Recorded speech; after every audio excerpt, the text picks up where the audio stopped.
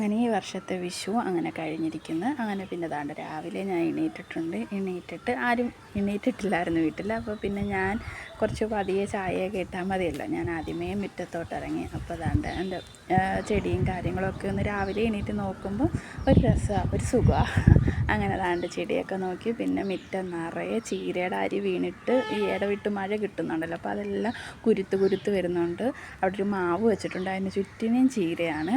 പിന്നെ ഇത് റോഡിൽ നിന്നതാണ്, ഞാൻ വലിച്ചു പറിച്ച് ഒരുപാട് പാടുപെട്ടാണ് പറിച്ചുകൊണ്ട് വന്നിട്ട് ദാണ്ട് ഇവിടെ നട്ടേക്കുന്നത്. അപ്പോൾ അതും പൂത്തൊക്കെ നിൽക്കുന്നുണ്ട്, വേര് നല്ലോണം പിടിച്ച് വരണം ഇനി. പിന്നെ നമ്മൾ നടക്കുമ്പോഴൊക്കെ നോക്കി നടക്കണം, കാരണം കാല് വെക്കുന്നിടം എല്ലാം ചീര, പിന്നെ ചവിട്ടി അരച്ച് കളയാൻ തോന്നത്തില്ല, കാരണം കിളിപ്പിച്ചെടുത്താൽ നമുക്ക് തോരൻ വെക്കാനും ഒക്കെ എടുത്തുകൂടെ. അങ്ങനെ ദാണ്ട് അതെല്ലാം നടക്കുന്നിടം എല്ലാം ചീര. ഇത് പിന്നെ നമ്മൾ ഒരെണ്ണം മാറ്റി നട്ടിട്ടുണ്ടെന്ന് പറഞ്ഞില്ലേ, ചെമ്പരത്തി, അതാണ് നല്ല ഉഷാറായിട്ട് കിളിച്ച് വരുന്നുണ്ട്. പിന്നെ നമ്മളെ തക്കാളി നട്ടത് നമ്മൾ ഇട്ടിട്ടുണ്ടായിരുന്നു, തുരപ്പനൊന്നും കൊണ്ടുപോയില്ല. പക്ഷേ തുരപ്പൻ ഇങ്ങനെ കുഴി എടുക്കുന്നുണ്ട്, ആ സൈഡിലൊക്കെ ഉണ്ട് തുരപ്പൻ കുഴി എടുക്കുന്നത്. എന്നും ഇതുപോലെ രാവിലെ ചെന്നിട്ട് അടച്ചു കൊടുക്കും, പിറ്റേന്നും ഇത് തന്നെ അവസ്ഥ. അപ്പം ഇനി കയറൊക്കെ കെട്ടിക്കൊടുക്കണം, ഇത്തിരി വലുതായി.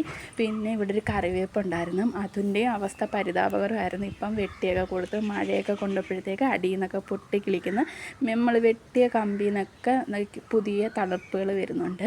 പിന്നെ ഈ ചെടിയുടെ പേര് എന്തുവാണോ ഏതാണെന്നോ ഒന്നും അറിഞ്ഞൂടാ, പക്ഷേ കാണാൻ നല്ല ഭംഗി. ഇത് നമ്മുടേതും അല്ല, അപ്പുറത്തുനിന്ന് ഇങ്ങോട്ട് കിളിച്ചേക്കും, അപ്പുറത്തെ വീട്ടിൽ നിന്ന്. അപ്പോൾ അമ്മയുടെ അങ്ങനെയാണ് ഇങ്ങോട്ട് കിളിച്ച് നിൽക്കുന്നത്. അപ്പോൾ ഞാനത് വെട്ടിക്കളയാനോ ഒന്നിനും നിന്നില്ല, കാരണം ഒരു കാണാൻ നല്ല രസമാണ് മഴയൊക്കെ വീഴുമ്പോൾ. പിന്നെ ഒരു തണലാണ്, പിന്നെ നല്ല പച്ചപ്പാണ്. അപ്പം ഇതിൻ്റെ പൂ ഇങ്ങനെ വിടർന്നിട്ട് ഇത് അങ്ങ് അടയും. പക്ഷെ ഞാൻ ഇതുവരെ ഈ പൂ കണ്ടിട്ടില്ല, പക്ഷെ കാണാൻ നല്ല രസമാണ്. ഇനി വിരിയുമ്പോൾ ഞാൻ വീഡിയോ എടുത്തുതരാം. ഇത് എന്ത് ചെടിയാണോ എന്താണെന്നോ ഒന്നും എനിക്ക് അറിഞ്ഞുകൂടാ, പക്ഷേ ഞാൻ ദാണ്ട് ഇങ്ങനെ ആറ്റുനോറ്റി നിർത്തിയിട്ടുണ്ട്. ഇനി എപ്പോഴാണ് അവർ പിഴുന്നതെന്ന് അറിഞ്ഞുകൂടാ. അപ്പോൾ സംഭവം നിൽക്കുന്നുണ്ട്.